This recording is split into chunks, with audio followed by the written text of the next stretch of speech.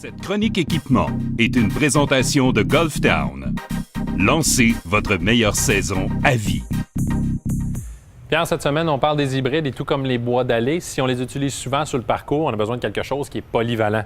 Et les compagnies l'ont très bien compris en offrant des têtes plus profilées, des semelles arrondies et des technologies qui nous permettent d'obtenir des trajectoires plus hautes.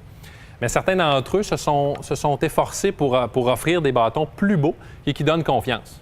Oui, effectivement.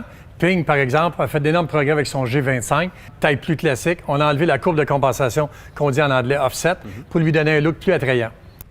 Pierre, je regarde les hybrides en avant de nous et j'ai l'impression que les fabricants se sont dit les hybrides sont de plus en plus populaires, sont de plus en plus utilisés sur un parcours de golf, aussi bien de les faire attrayants pour l'œil. Et je crois que c'est une bonne chose pour tout le monde, en fait.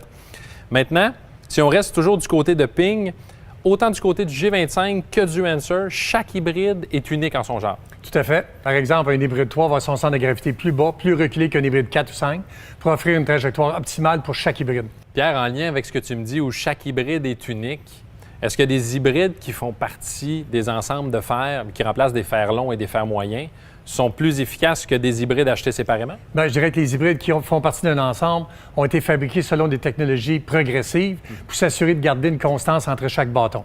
L'hybride acheté séparément, il est aussi bon. Il faut juste s'assurer d'avoir la distance désirée. Ça veut dire, Pierre, qu'un hybride 4 ne remplace pas nécessairement le fer 4 que j'ai dans mon sac. Tout à fait. Un même hybride peut varier de 1, 2, même 3 degrés selon les fabricants, selon la technologie derrière le bâton, qui peut t'amener à frapper plus loin avec ton fer 4. La morale de cette histoire, c'est d'essayer encore une fois avant d'acheter.